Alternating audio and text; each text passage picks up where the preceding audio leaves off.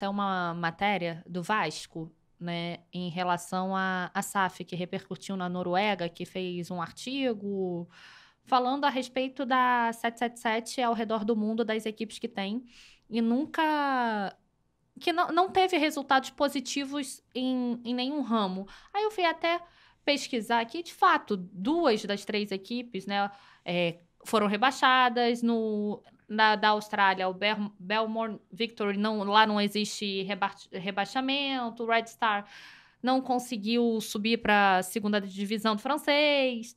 Você acha que essa questão do Vasco, momento crítico, né, porque que a equipe se encontra, porque o torcedor tinha expectativa, a SAF prometeu que ia ser um ano diferente, que não ia sofrer mais, acho que se meteu numa cilada? Eu acho que a gente precisa olhar para o projeto da SAF de uma maneira mais realista.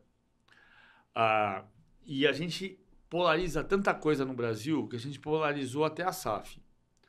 Ou seja, a SAF vai ser a salvação. Ou a SAF é uma enganação. Não. Não é nem uma coisa nem outra. Tem um meio caminho. SAF não é prefixo de safar-se. Então a SAF não pode ser para você tirar o clube da bancarrota e achar que vai ser tudo maravilhoso depois. Tudo é construção. Então, assim como os clubes italianos sempre foram empresas e o Milan foi campeão durante de 87, 88 até o Berlusconi vender, e vendeu e continuou sendo empresa e não ganhou mais nada até 2022, quando conquistou o Campeonato Italiano de novo. Assim como a Fiorentina era empresa e foi rebaixada e chegou à falência, o Napoli também, e depois foi refeito e ressurgiu. O Atlético de Madrid, como Sociedade Anônima Deportiva, um time que chegou na 2ª divisão, ficou 2 anos e voltou e foi finalista da Europa 2 vezes. Então, não existe esse milagre. Mas a 777 não deu certo em vários lugares. Os mercados são diferentes. Não é porque o Textor assumiu. Não, é porque o Textor assumiu o Botafogo que o Botafogo é líder do campeonato. O Botafogo não seria líder do campeonato se não fosse a SAF. Mas não é porque é SAF, é porque está sendo bem administrado. Não é porque a 777 deu errado na Bélgica que tem que dar errado no Brasil. Mas é preciso acompanhar caso a caso cada experiência, entender o que está sendo feito certo e o que está sendo feito errado.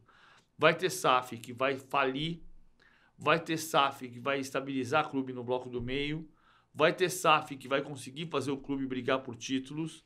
Não existe uma varinha de condão. O único lugar que sucesso vem antes de trabalho é o dicionário.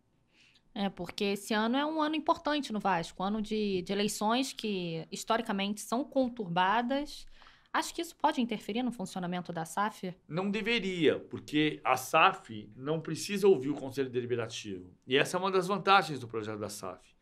Os conselheiros no Brasil, os conselheiros não gostam que eu fale isso, mas é verdade.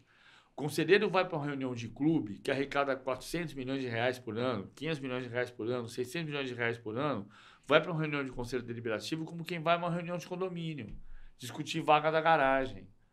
E a gente não está aqui para discutir vaga de garagem. A gente está para discutir como é que o clube vai se tornar autossustentável, poderoso, vencedor. Não é discussão da vaga da garagem.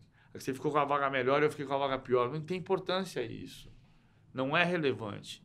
Mas a cultura do Vasco é a cultura da política mesquinha. A cultura do Vasco é a cultura da política mesquinha.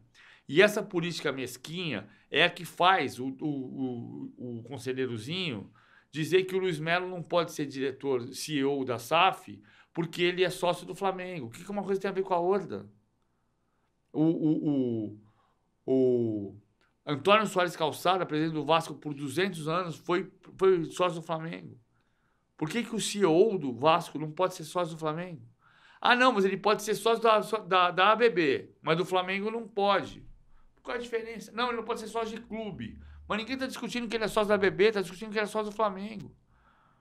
E aí ele não pode ser sócio do Flamengo e ser o maior gestor da história do Vasco?